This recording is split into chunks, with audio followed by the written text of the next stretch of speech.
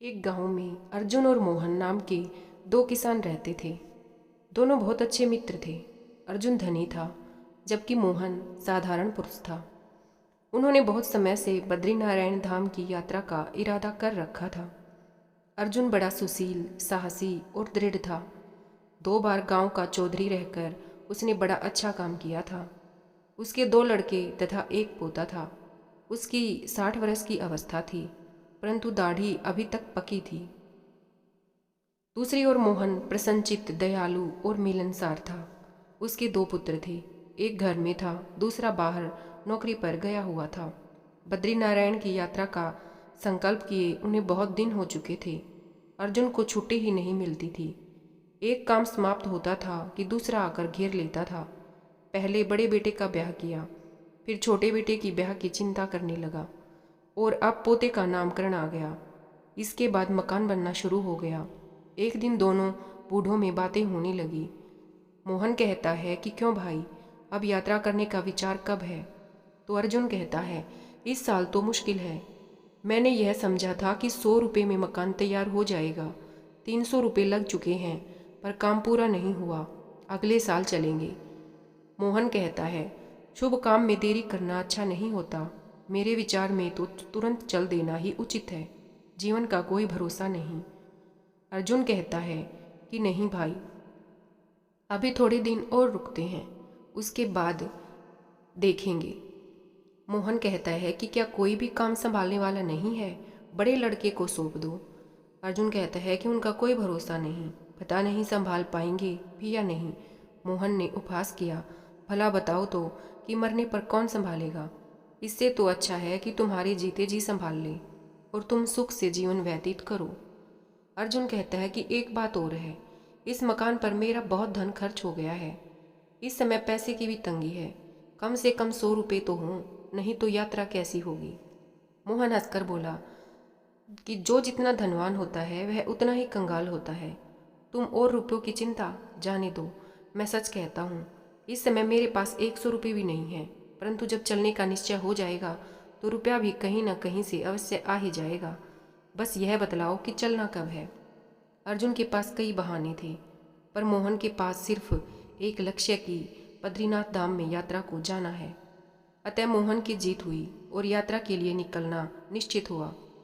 मोहन तो घर से प्रसन्न मुख बाहर निकला और गांव छोड़ते ही घर के सारे बखेड़े भूल गया। राह चलता था तो ईश्वर संबंधी कोई भजन गाता था या किसी महापुरुष की कथा कहता था। सड़क पर अथवा सराय में जिस किसी से भेंट हो जाती, उससे बड़ी नम्रता से बोलता। अर्जुन भी चुपके चुपके चल तो रहा था, परंतु उसका चित्त व्याकुल था। सदैव घर जाने की चिंता लगी रहती थी। लड़का अनजान है, कौन जाने क्या कर बैठे। ओहो, मकान की छत सही से पड़ेगी या नहीं? सही विचार उसे हर दम घेरे रहते थे, यहाँ तक कि कभी कभी लौट जाने को तैयार हो जाता था। चलते चलते 1 महीना हो गया। वे पहाड़ पर पहुंच गए। पहाड़ी बड़े अतिथि सेवक होते हैं, अतः अब तक दोनों मोल का ही अन्न खाते रहे थे, पर अब हर घर में उनकी भोजन पानी की सेवा होने लगी। आगे चलकर वे ऐसे गांव पहुंचे जहां अकाल पड़ा हुआ था। खेतियां सूख गई थी, अनाज का एक दाना भी नहीं उगा था। धनवान कंगाल हो गए थे और धनहीन देश को छोड़कर भीख मांगने बाहर चले गए थे। यहाँ उन दोनों को कुछ कष्ट हुआ। अन्न कम मिलता था और वह भी बहुत ही महंगा। गांव के बाहर एक झोपड़ा था। मोहन बहुत थक गया, बोला, मुझे प्यास लगी है, तुम चलो, मैं इस झोपड़े में पानी पीकर अभी तुम्हें आ मिलता हूँ। अर्जुन कहता है कि अच्छा, पी आओ, मैं धीरे धीरे आगे बढ़ता हूँ। झोपड़े के पास जाकर मोहन ने देखा कि उसके आगे धूप में एक मनुष्य पड़ा है। मोहन ने उससे पानी मांगा। उसने कोई उत्तर नहीं दिया। मोहन ने समझ लिया कि यह जरूर कोई रोगी होगा। समीप जाने पर झोपड़े के भीतर एक बालक के रोने की आवाज़ सुनाई दी। किवाड़ खुले हुए थे। वह भीतर चला गया। झोपड़ी के भीतर उसने देखा कि एक बूढ़ी महिला धरती पर बैठी है। पास में भूख का मारा हुआ एक बालक बैठा रोटी रोटी पुकार रहा है। चूल्हे के पास एक स्त्री तड़प रही है। उसकी आंखें बंद हैं, कंठ रुका हुआ है। मोहन को देखकर बुढ़िया ने पूछा कि तुम कौन हो और क्या मांगते हो? हमारे पास कुछ नहीं है।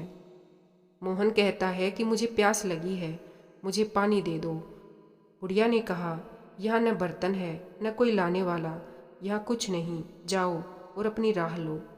देखते नहीं मेरी बहू बीमार है, बच्चा भूखा है और बेटा कोई काम नहीं करता, हम खुद परेशान हैं। मोहन ने तुरंत अपने थैले में से रोटी निकालकर उनके आगे रख दी। बुढ़िया से कुएं का पता पूछकर मोहन बाहर गया और पानी ले आया। सब ने रोटी खाकर पानी पिया, परंतु चूल्हे के पास वाली स्त्री पड़ी तड़पती रही। मोहन गांव में जाकर कुछ दाल चावल मोल ले आया और खिचड़ी पकाकर सबको खिलाई। तब बुढ़िया ने आप बीती सुनाई। बोली, भाई क्या सुनाऊं, निर्धन तो हम पहले ही थे, पर एक बार ऐसा अकाल पड़ा कि हमारी और भी दुर्गति हो गई। पहले पहल तो पड़ोसी अन्न उधार देते रहे, परंतु वे क्या करते, वे खुद ही भूखा मरने लगे और हमें कहाँ से देते। बेटा मजदूरी करने निकला, 2-3 दिन तो कुछ मिला, फिर किसी ने नौकरी भी न रखा। मेरी बहू भी भीख मांगने लगी। अन्न का अकाल था, कोई भीख भी न देता था। बहुत यत्न किए, कुछ न बन सका। भूख के मारे घास खाने लगे। इसी कारण यह मेरी बहू चूल्हे के पास पड़ी तड़प रही है। उनकी व्यथा सुनकर मोहन ने विचार किया कि आज रात यहीं रहना उचित होगा, और ऐसा सोचकर मोहन वहीं पर रुक जाता है। वह सोचता है कि साथी से कल मिल लूँगा। प्रातःकाल उठकर वह गांव में गया और खाने पीने की चीज़ें ले आया। घर में कुछ न था। वह वहाँ ठहरकर इस तरह काम करने लगा कि मानो अपना ही घर है। 2-3 दिन पीछे सब चलने फिरने लगे और वह स्त्री भी उठ बैठी। वह गांव में जाकर दूध, फल तथा सामग्री लाकर बुढ़िया को देकर पूजा पाठ करने मंदिर में चला गया। इन लोगों ने अपनी जमीन एक जमींदार के यहाँ गिरवी रखकर अकाल के समय अपना निर्वाह किया था।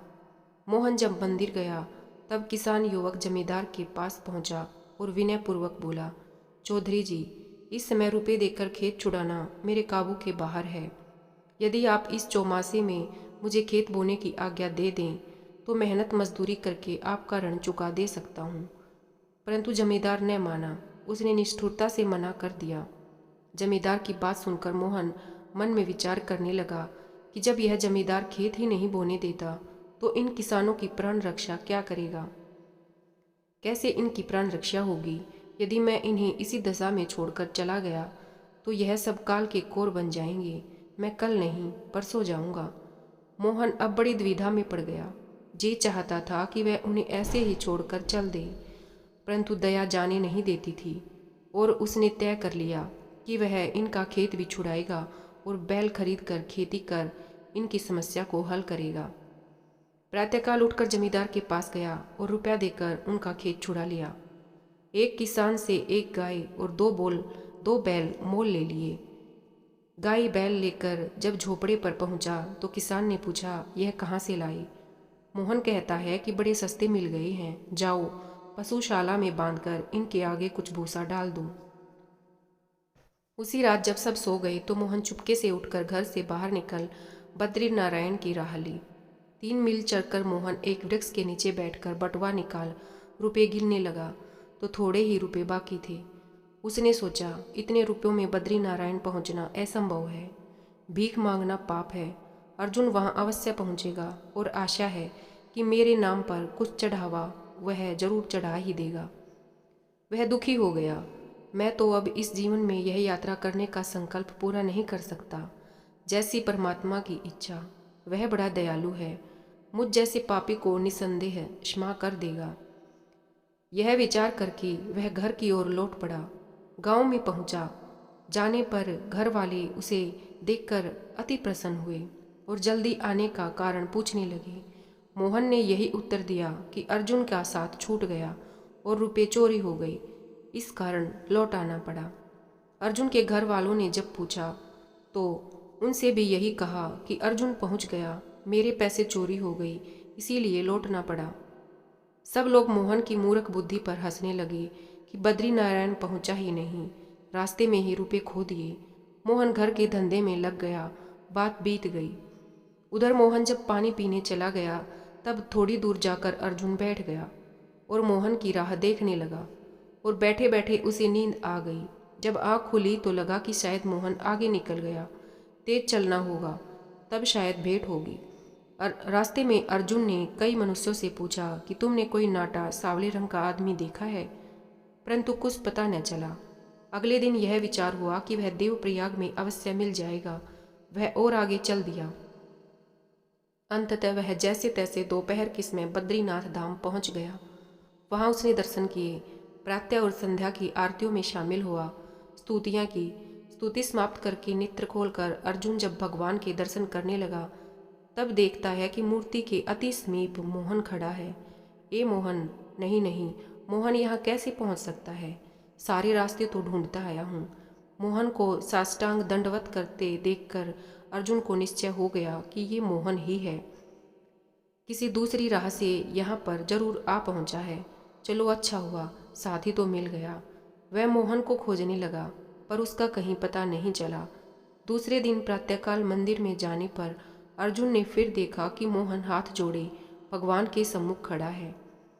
वह चाहता था कि आगे बढ़कर मोहन को पकड़ ले, परंतु ज्यों ही वह आगे बढ़ा मोहन लोप हो गया।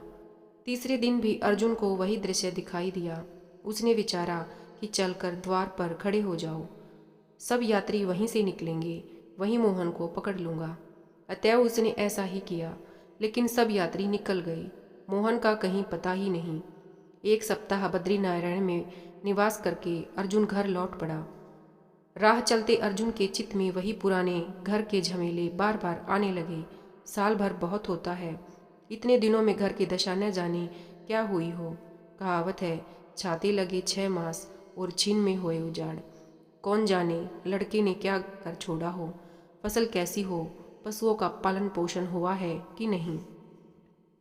चलते चलते अर्जुन जब उस झोपड़े के पास पहुंचा जहां मोहन पानी पीने गया था, तो भीतर से एक लड़की ने आकर उसका कुर्ता पकड़ लिया और बोली, बाबा बाबा भीतर चलो। अर्जुन कुर्ता छुड़वाकर जाना चाहता था कि भीतर से एक स्त्री बोली, महाशय भोजन करके रात्रि को यहीं विश्राम कीजिए, कल चले जाना। वह अंदर चला गया और सोचने लगा कि मोहन यहीं पानी पीने आया था, इन लोगों से उसका कुछ पता चल जाए। स्त्री ने अर्जुन के हाथ पैर धुलाकर भोजन परोस दिया। अर्जुन उसको आशीर्वाद देने लगा। स्त्री बोली, दादा हम अतिथि सेवा करना क्या जाने, यह सब कुछ हमें एक यात्री ने सिखाया है। हम परमात्मा को भूल गए थे। हमारी यह दशा हो गई थी कि यदि वह बूढ़ा यात्री यहाँ न आता तो हम सब के सब मर जाते। वह यहाँ पानी पीने आया था, हमारी दुर्दशा देखकर यहीं ठहर गया। हमारा खेत रेहन पड़ा था, वह छुड़ा दिया। गाय बैल मोल ले दिए और सामग्री जुटाकर एक दिन न जाने कहाँ चला गया। निसंदेह उस यात्री ने हमें जीवन दान दिया। हम जान गए कि परमेश्वर क्या है और परोपकार क्या है। वह हमें पशुओं से मनुष्य बना गया। अर्जुन ने जब अब समझा कि बद्रीनारायण के मंदिर में मोहन के दिखाई देने का क्या कारण था, उसने निश्चय हो गया कि मोहन की यात्रा सफल हुई। कुछ दिनों बाद अर्जुन घर पहुंच गया। लड़का शराब पीकर मस्त पड़ा था, घर का हाल सब गड़बड़ था। अर्जुन जब लड़के को डांटने लगा तो लड़के ने पलटकर जवाब दिया, तो यात्रा पर जाने को किसने कहा था, नहीं जाते, खुद ही घर बनवा लेते, खुद ही घर की देखभाल कर लेते। इस पर अर्जुन ने उसके मुंह पर तमाचा मारा। अर्जुन को अपने मित्र मोहन की याद आई। वह उसके कुशल हाल जानने के लिए अगले दिन उसके घर चल दिया। राह में मोहन की पत्नी मिल गई। वह अभिवादन कर बोली, भाई जी कुशल से तो हो, बद्रीनारायण हो आए? अर्जुन, हाँ हो आया।